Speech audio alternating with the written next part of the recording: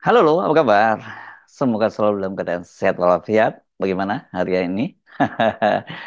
Kita kembali bersama Bung Rocky Gerung ya. Kita culik dulu nih, kelihatannya udah mau terbang ke luar kota lagi Bung Rocky ya.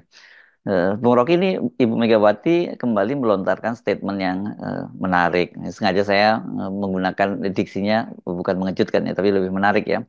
Bu Mega mengaku sebagai tokoh di Indonesia ini yang paling disadap gitu ya. Ini istilahnya paling disadap itu. Apa maksudnya ini? Apakah ini baru saja terjadi setelah pecah kongsi dengan Pak Jokowi atau diam-diam? Sesungguhnya Pak Jokowi itu sejak dulu sudah mengintai Ibu Mega dulu, menyadap Ibu Mega dulu, menginteli Ibu Mega maksud saya. Karena kan Pak Jokowi pada waktu itu pernah membuat pernyataan sangat mengejutkan bahwa dia punya semua data partai politik, data intelijen ya. Dan katanya mau kemana langkahnya partai politik itu Pak Jokowi mengaku sudah tahu. Memang Ibu Mega mengucapkannya secara bercanda, tapi sebetulnya ada yang serius karena tetap Megawati dianggap tokoh yang memungkinkan terjadinya keseimbangan politik. Seluruh kegiatan politik Megawati sebagai ketua partai dan sebagai tokoh yang menyimpan banyak pengetahuan tentang 10 tahun politik Jokowi, pasti dia diincar. Dan incaran itu menunjukkan bahwa ada sesuatu yang sebetulnya di dalam posisi strategis untuk dikemukakan pada publik. Kira-kira itu hipotesisnya kan.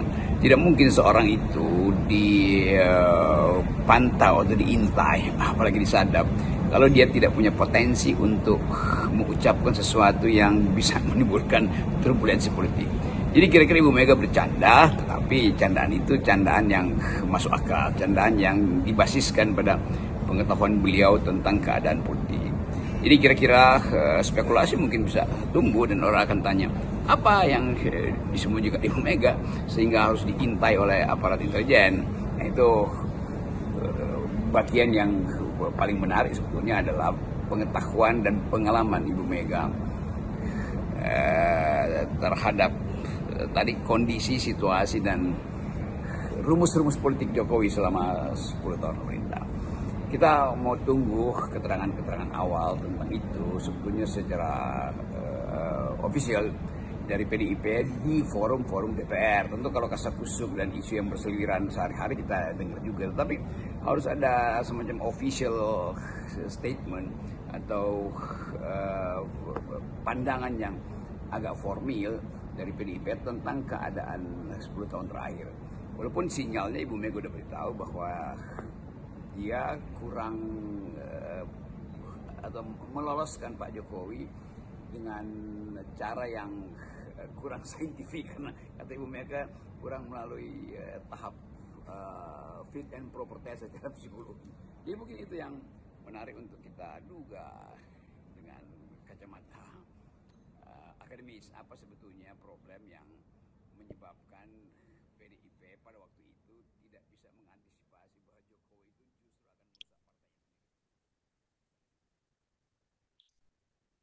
Menariknya ini, meskipun mengaku sebagai orang yang paling disadap di negeri ini, Ibu Megawati menyampaikan hal itu sambil senyum-senyum dan tidak nampak ada kecemasan di wajahnya.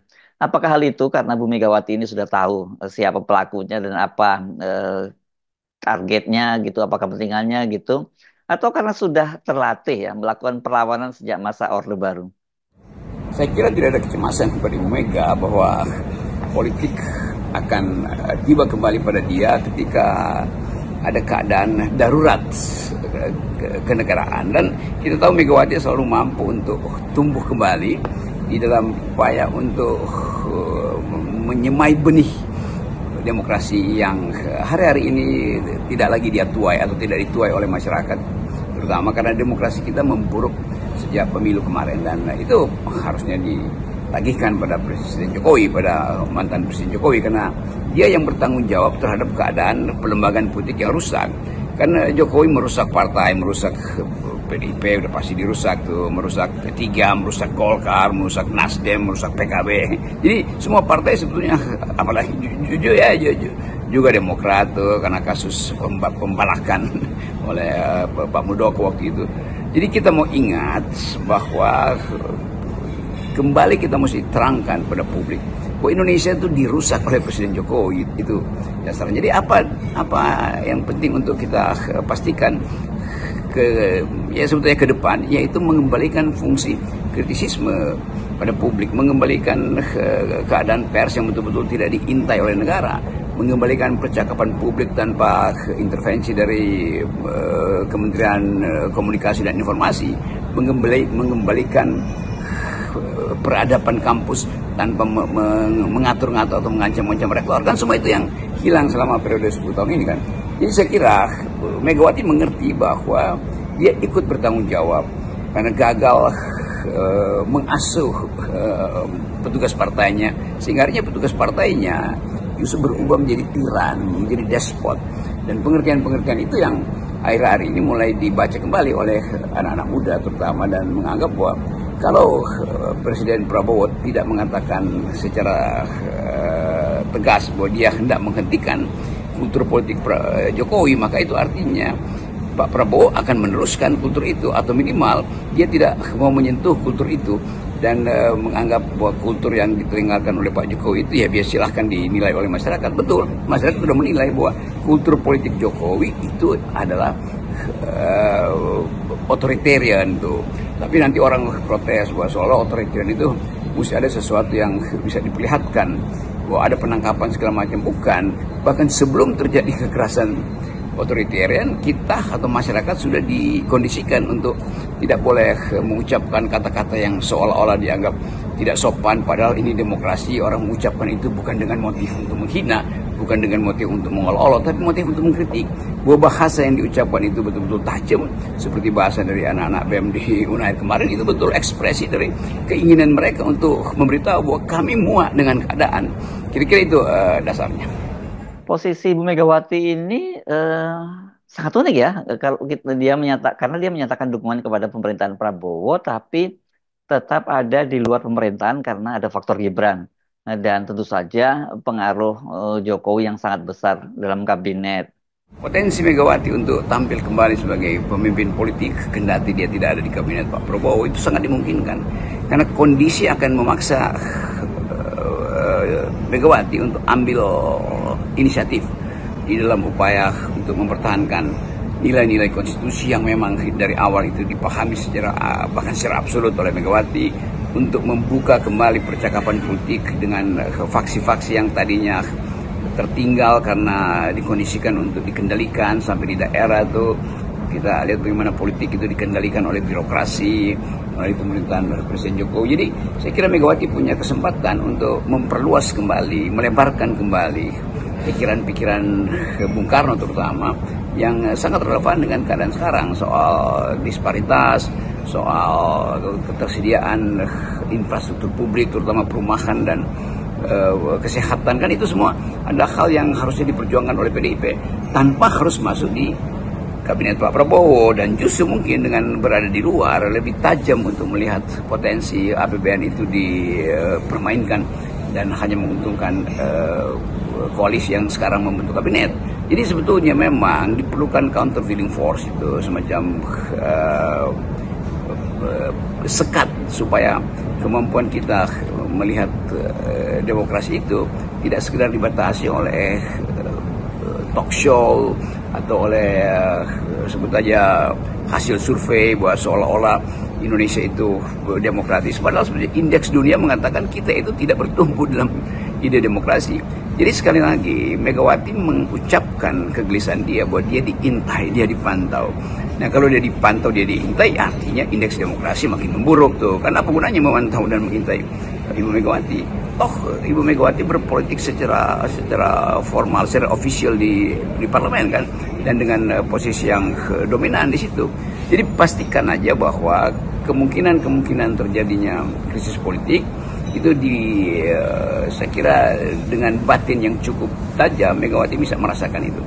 Dan kita mulai melihat sebetulnya betapa kabinet yang baru dibentuk itu mulai ada problem, terutama di dalam psikologi organisasi, karena kabinet yang besar itu tentu susah untuk dibuat, susah untuk dipastikan ada komunikasi yang betul-betul setara di situ.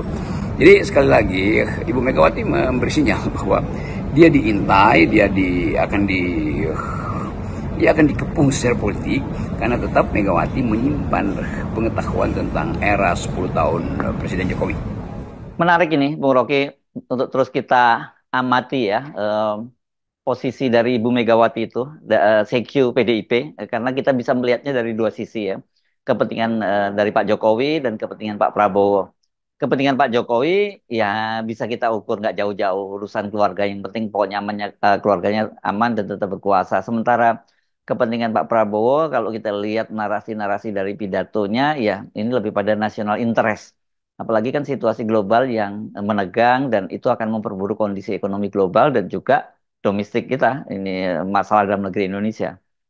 Ya, ada banyak kontroversi yang mulai muncul di dalam public discourse menyangkut beberapa menteri yang terlihat punya ambisi tetapi kemudian batal karena masalah APBN.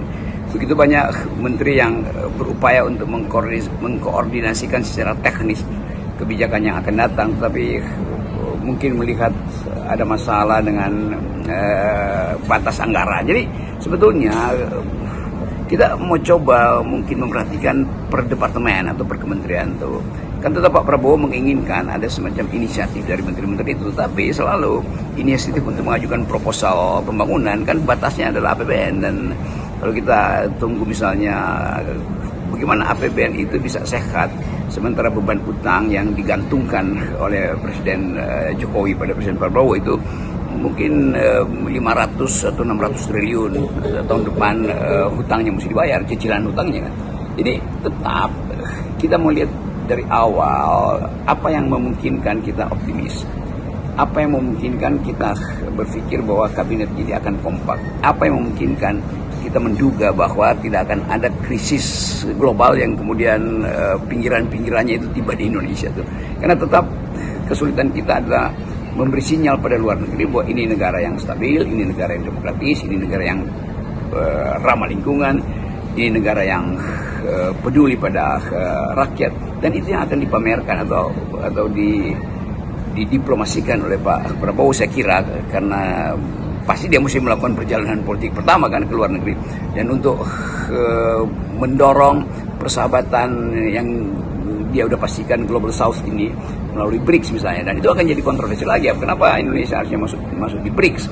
Kenapa tidak ikut bloknya Amerika, OECD misalnya, negara-negara Barat? Ya tentu mesti diterangkan bahwa ya sangat mungkin BRICS itu lebih mudah untuk menerima Indonesia karena aturan-aturan yang lebih rigid di OECD itu memungkinkan kita sulit untuk jadi partner yang strategis di situ. Jadi sekali lagi perjalanan Pak Prabowo nanti itu juga memerlukan ulasan yang tepat oleh para analis supaya kita bisa lihat dari awal arah politik Pak Prabowo dalam bidang ekonomi ada bergabung dengan BRICS dengan konsekuensi ABCD dan dengan parameter-parameter yang mungkin akan mencengangkan kita, karena kita tahu bahwa BRICS itu semacam simbol dari perlawanan terhadap dominasi kapitalisme. Tetapi juga di dalam BRICS aturan-aturan yang sifatnya rigid itu seringkali tidak bisa dijadikan ukuran bersama tuh, karena kepentingan yang terlalu bervariasi di antara negara-negara anggotanya. Dan itu yang mungkin akan jadi tinjauan ulang. Tapi kita balik lagi pada tema tadi bahwa Ibu Mega tentu mengetahui apa sebetulnya arah politik ini dan mengetahui bagaimana Presiden Jokowi masih berupaya untuk cawe-cawe untuk menyelamatkan dinasti dia. Jadi karena pengetahuan Ibu Mega dia diintai. Tapi kita tahu bahwa Ibu Mega selalu mampu untuk mengatasi tekanan politik. Salam akal sehat, Bung Rocky, tetap 0%. Salam akal sehat.